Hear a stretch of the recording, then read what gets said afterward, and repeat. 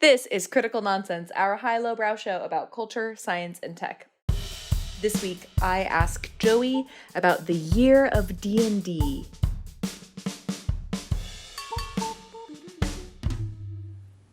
Woo!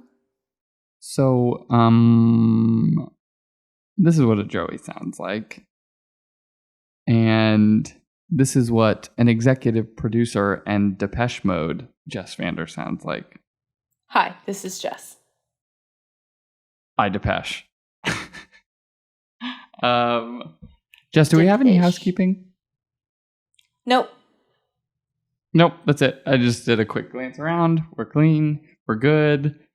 When you leave a place that you're staying temporarily, visiting somebody, a hotel, an Airbnb, or what have you, do you also do that final sweep of where you almost like, it's like a montage of everything that you've done while being there to be like, and then I plugged in my phone. Did I get the charger? And then I took a shower. Did I leave my tiny shampoo in there? Like, does that flash before your eyes in your mind the way it does mine? And what is your exiting? This is not really housekeeping, but quick lightning question. What is your process for cleaning a house before you leave? Checking on your things. I tap my pockets front and back and do a visual sweep.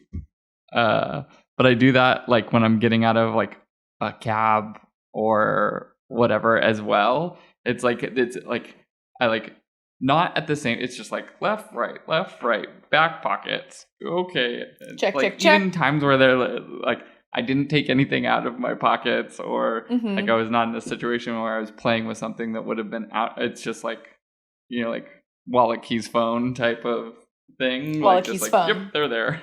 Yeah. I sometimes say wallet, keys, phone out loud. Wallet, keys, phone. Check. Okay, good. Yeah. What more do I need? Well, what more do I need? We were talking about a bunch of things yesterday with Aaron, but we're going to wait to talk about those things until we're all together as a family again, reunited, and it feels so good. We had a few germs of ideas before. We sort of landed on something that you've been thinking about that I thought was interesting and exciting. So, Jess, would you like to prime us in your personal journey and give us your question? Wow, sure. Joey and I,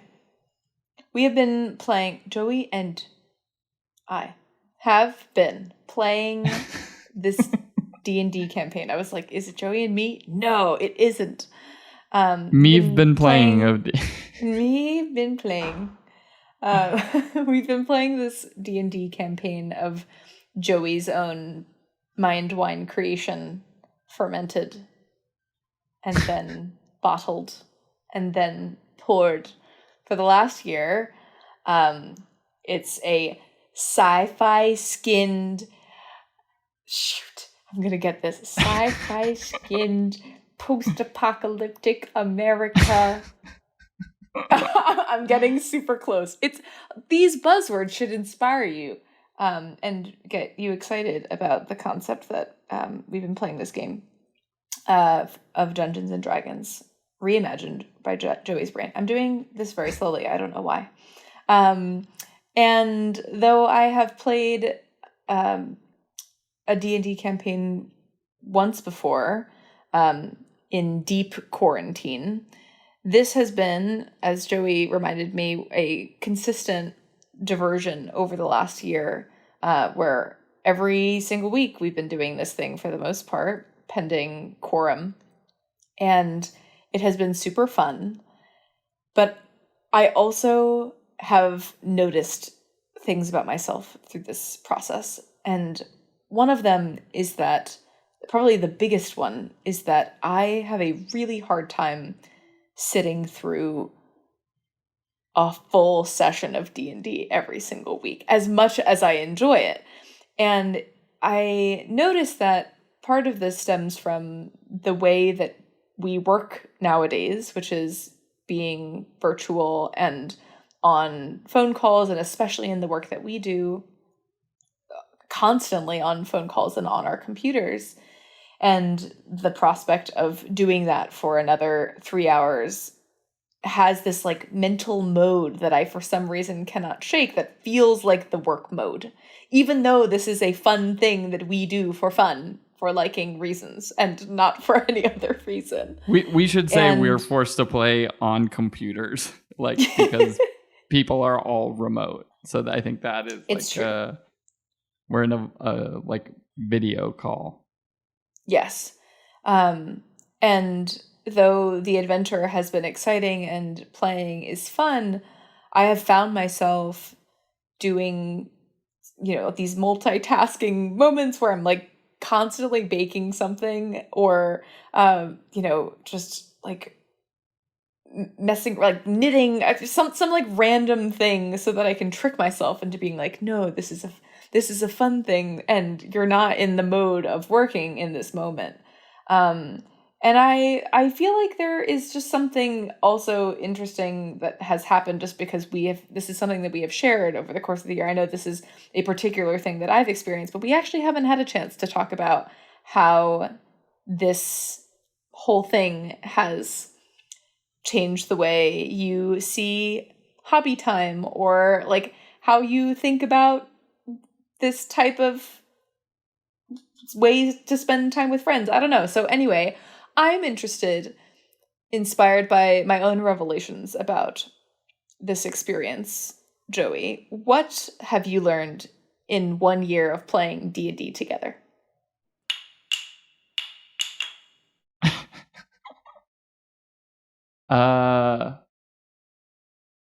Man, I don't know. I mean, I have learned things about myself through the process, but it's much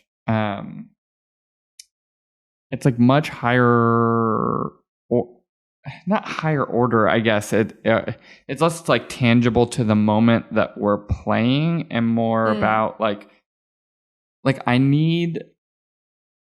I wind up turning my side projects into a thing, right? Like my fun projects, right? Like I want, in college, like a bunch of people in grad school, rather, a bunch of us started a creative side project of my instigation, right? Like, which fits with this point that I'm making of being, I was like, let's do a website where every week we have one topic, and like 7 or 8 of us have to make a thing off of that topic. And the topics will be like really banal and high order, and you can make anything that you can fit on this like WordPress blog. And so it'd be like napkins, and there would be like 7 different, like someone would write like an essay or a poem, or like a piece of like graphic art, or make a video, or whatever, write a song. Like, people just did like really weird things, but I made it into a thing. Like, I started, like, we were getting like 5,000 unique views a month on this, or like unique viewers a month on this like stupid WordPress website of like, and like in the same way with this project, I was like, okay, I'm doing this thing. I think for me, it becomes like a level of motivation and accountability somehow, that like, if we're going to do it, let's do it. Right. Like, I don't want to do a thing where it's like, okay, I'm coming to do this thing, but like people aren't quite prepared, or like sort of half-assing it. We're like not playing the game, or something like that. And so for this time around, it was like, let's record it. Let's do these things. I'm the first time ever doing, my like D&D journey is probably 4 years long, or 5 years long, but first time I'm ever doing like the game master, dungeon master type of role, which is a bunch of work. But I needed to make it a thing, so that like we all came. I could like establish some expectations, like whatever, and we have a few thousand downloads of the podcast, which I'm not even going to plug here because it's not even as much about that. I've realized it's just like, it's a thing, capital T thing, and therefore we'll take it seriously and finish the game.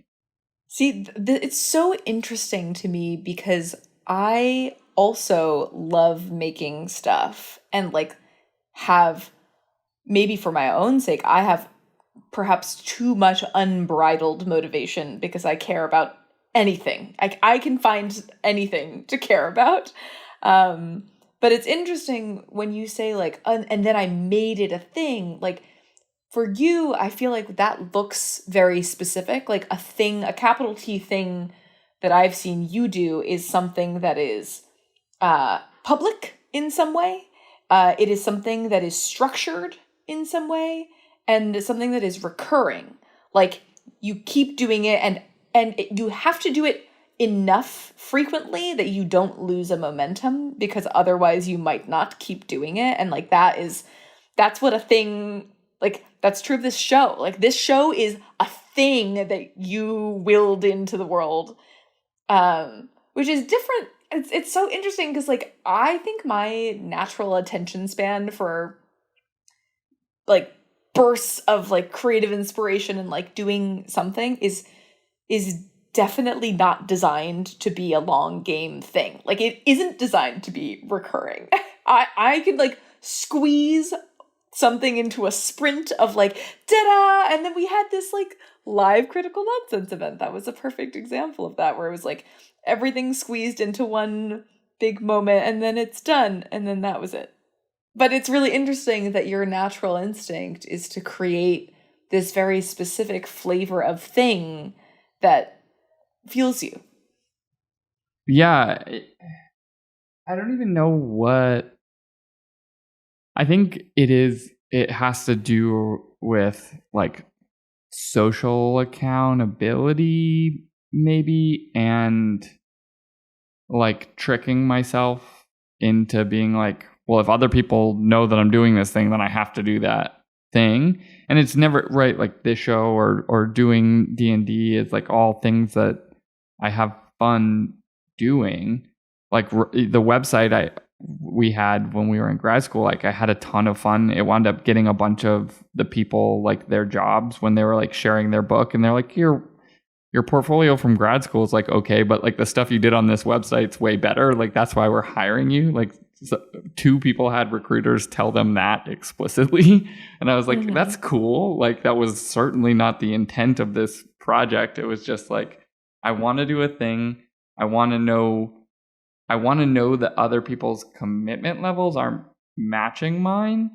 And then I also want to sort of like create some construct to structure my own accountability. And like even like body doubling, right? Like that idea that came up, we spoke a little bit about at one point, maybe even this year, around like sort of strategies you use to like navigate your own like cognitive style, like body doubling of just like, that's why I come to the office. Like other people are working, so I'm working, you know, like all these ways in which you trick yourself into doing, again, like in quotes, a capital T thing. Yeah, that's interesting. I think has this experience in this last year been different from other projects, or is it more similar than you think? Since it seems to follow like such a similar pattern, I'm curious, like if it is, you know, if it is unique in some way. I mean, this one is different in that like it's sort of like lopsided, and like I have to do a lot more work than everyone else in the process, just by like the nature of it, or like, you know, putting it up online or doing those types of things is like, you know, but I think it's similar in that it started like, oh, I wanted to write this story, but I haven't had time. So, and I like doing things collaboratively anyways. Like I don't, you know, I'm not super motivated to do a thing purely by myself typically. And so this was a way to like do it. But like in hindsight, the amount of hours that I've spent on this thing, like I could have had a first draft of said novel, but like it's like a less enjoyable process to me. And so, like getting some sort of like motivational or commitment alignment type of thing maybe is like a learning, but it's not like a thing that I regret about this process. It's just hard when it can't be like asynchronous, like where you have to get everyone together at a set time and everyone's grown-ups, and it's easy to like fall out of those loop cycles. It's just like, okay, like the level of commitment you can get is like try to get everyone to show up on Wednesday evenings, and and then anything else you want on top of that, you do those things. I've learned that I'm not a producer. I learned that. It's interesting that I think both of us have had some journey in what fun is in this, or like negotiated how to keep it fun when there are things that could potentially thwart the funness of even something that was designed to be that way. I feel like it's also reminding me of a conversation I had. It feels like a kind of thing that everyone has talked about that I only learned of recently. And so I give you permission to mock me if this is the case. But my friend was in town and was describing to me, she was sharing, we were actually giving feedback on her dating profile. And one of the prompts I did not understand, and it said I'm only looking for type 2 fun. And I was like, what is that? And she's like, well, there's type 1 fun and type 2 fun. Type 1 fun is the fun that feels fun while you're doing it. And then type 2 is the fun that while you're doing it, it maybe is not very fun. But afterward, you're like, wow, that was really great. Like, I want to do that again. And it makes me think about that, of like, what kind of fun is this? Is this type 1 fun for you, or is this type 2 fun? It's probably type 2 fun. Like I really enjoyed it. I like getting together with people. I like, I've had some successes and some failures in learning how to like be a DM or like be a producer, like solo producing, like having to like he's being humble. About the DM figure part, out, not the producer part. Yeah, like figure out like OBS and all these like streaming platforms, and like the number of times we've had audio like failures because it's 6 people with like different internet connections, and if one person has like one thing fall down, the entire audio falls down because I'm like having to DM, so I can't be listening to playback while I'm talking to everybody. So it's like, like the number of times I've screwed that up is like, the content the content we've created in like air quotes is like pretty rough, like on like a week to week basis. Like some weeks it's like it's great, and then like other weeks you're like, why is there one person have an echo the entire episode? That's annoying. Like so it's not it's not a masterwork. Yeah, Alex is typing lol into the chat. He knows the pain. And he helped me a bunch in that journey. So like but like I know how to do that now, and so that, or at least maybe not that I know how to do it, but I'm like, it's a thing I'm aware of enough to like consider in like future work I do, whether like professionally or on like independent projects or something. But the process of like when you get it right as a DM and people have fun, like that's super rewarding, like there are times like I think I was like pretty self-conscious in the beginning because I was like, all of these things were new at the same time, and if I made up a random name for something that like I didn't put a lot of thought into, and then like two of the guys are like laughing at the name. I'm like, oh, don't make fun of me. I'm like, you know, like, but I think that's past, and yeah, I don't know. I think I just want it to be like immersive, like we're all sort of like lost in it for 2 hours and then you leave. And I think like that part is weird. I'm curious about like the mode shifting thing that you brought up in terms of like what you've learned, and like do you feel like I sort of feel like hobbies, because of the sort of diaspora of people moving over the pandemic, and like so many hobbies are like connecting with relationships I have are like perpetually on this computer. So for me, at least, like I never work. I mean, I may have to work from home in the evenings occasionally or things like that, but I always come to the office for this reason. So like my workspace and my home space are different. Like that's sort of important to me. And like you're sort of more mixed of like sometimes you work from home, sometimes you work from here, but you're having to connect with family on the computer and things like that. And like, you know, is the whatever, like some VR headset gonna be like the way in which like I don't do fun things with friends at home on my computer. I do it in the metaverse or whatever. I do it in the metaverse. Yeah. I don't know. I think my main salve for this has been to try to make things in person, and if not for the physical, you know, geographical distance, this would be a totally different thing and far more fun for me in the moment in person, because that is like the solution to this problem for me. And I think in general that has applied, like trying to take advantage as much as possible of being able to make fun happen in real life.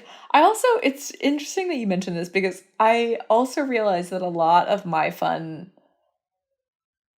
of like my hobbies anyway, are extremely isolated activities, like flow-based solo experience. Which I think I actually over the last year plus maybe have done less of. And when we had that conversation about hobbies and like finding them, it's it's interesting how that also ties to how you like to spend time and what modes, like that mode of being alone I have done so much less of in the span of our D&D experience. Like my own fun social time has been, it's interesting that it is to have any weekly commitment that is a virtual social experience is different. Yeah. I mean, I don't know, you know, like for me, like we've spoken about this, but like so many of my friends moved away from New York during the pandemic. And part of it, I think, is just like what life stage I'm at and like how old I am. And because my friends are in similar life stages and sort of the complications of that, like so many people moved away in that moment that like I don't know how my life is, and my family lives in New Hampshire and things like that. Like so many of my social interactions are forced to be digital, and I don't see like an opportunity where that's going to reduce, right? Yeah. Like I can do these like annual trips with friends or things like that, but that's like one moment. And then like, what are you doing for the other, 361 days or whatever it is? You're just on your computer or you're on your VR headset.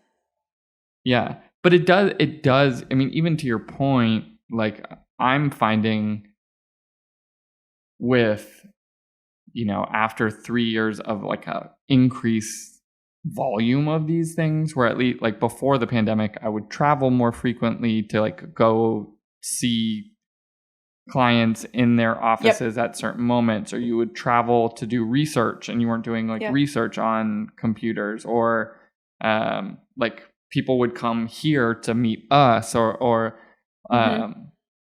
and now that we've done so much of this digitally, like I'm feeling the flatness of this experience more pronounced, as opposed, and maybe that's just like the joke about like being in an airplane, like you're flying 20,000 feet above the air in a seat watching a TV and you're like unimpressed with the experience. Like we were just sort of like inoculated to this idea that, I mean, literally to the point, because of technical issues, we are in the same office right now, but in different rooms because we're recording, because we didn't have the right equipment in this moment. Like, we're literally 100 feet from each other, but we're forced to be doing this conversation over a computer. Was like so frustrating. Yeah. Everything is mediated. What if I just ate spaghetti with my hands? I don't need a fork. Don't you love this idea of tools that mediate us and other things because we can't do it alone? And why is the fork such an excellent example of something that mediates people and food? It's just an extension of your hand. Use your hands. You could just do it. You choose not to. Now I'm like, does a fork get represented in your, like, is there like some motor function? It becomes like you can feel the end of a fork when you're touching like a piece of food. The sensation extends. And so do you have like sensory representation in your sensory cortex or motor cortex of like an additional phantom limb finger? The fork? Yeah. Yeah. Do you want to bring us to Jess's Hobby Corner? Goodness. What is Jess's Hobby Corner? A world where everyone has their own idea of what it is to make something a thing, where even if you are doing more of the work, that you can have whatever type of fun suits your fancy. And hell, if you want, you just reduce all of these mediating tools in our lives, and you hang out with people in person, and you make crazy food machines every week with your friends, because who needs forks? So in the metaverse, yes, just playing tabletop games in the metaverse in your VR headset while knitting. Yes. Is that today? Are we in the future? Is that what the future looks like? And figure out your mode shifting too, right? Oh yeah. Don't be shy. Know your modes. If it's not working for you, just try it while baking and see what happens. Try it while baking is like a really good experimental model. Like, I want to do this thing, but it has to be on my computer, so try it while baking. But yeah, exactly. Just see how it goes. You could also another heuristic, try it while walking. Try it while walking, try it while baking. One of those might actually work for you. Those are actually the only two options there are. So if those don't work, I'm sorry, you're out of luck. Sorry, you're screwed. That's it. Well, we did it. We did it. Critical Nonsense is a Sylvain production. Brought to you by The Cloisters, a sci-fi skin D&D campaign hosted in post-apocalyptic North America. Taking place in... Yeah. Dang it! Oh, so close. As always, thanks to our executive producer and monk of the Cobalt Soul, Jess Vander. Thanks, Joey. We'd also like to thank sound engineer and extraordinary night owl, Alex Contel. We'd like to thank our programming coordinator, and mage of my heart, Les Jacobs. And our production crew, the magical elves of... Yep, Sarah Gilbert and Nora Mestrich. As always, sorry, Len. Sorry. Special thanks to Gary Gygax, I guess. I don't know. I feel like we special thanks him before, but I just like that name. Certainly. Old GG. How about Gary Gyg. Gingerbread houses? Ginger choose. You're thinking ginger cheese? I'm just thinking, like, if you want to settle your stomach, reach for what works. Ginger choose. Yeah. And, you know, it's not gratitude corner. We don't thank, like, my family. And, you know, the reminder from my daughter last week that you have to think about each other to keep the love alive. You know, you need those reminders sometimes. 4-year-olds, they'll tell you the important things. Thanks, Emerson. Well, that's all. So, bye. Well, love you. Bye. Bye. Can we think about each other? Because Dad, we will be keeping the love alive. I'll think about you to keep the love alive so much.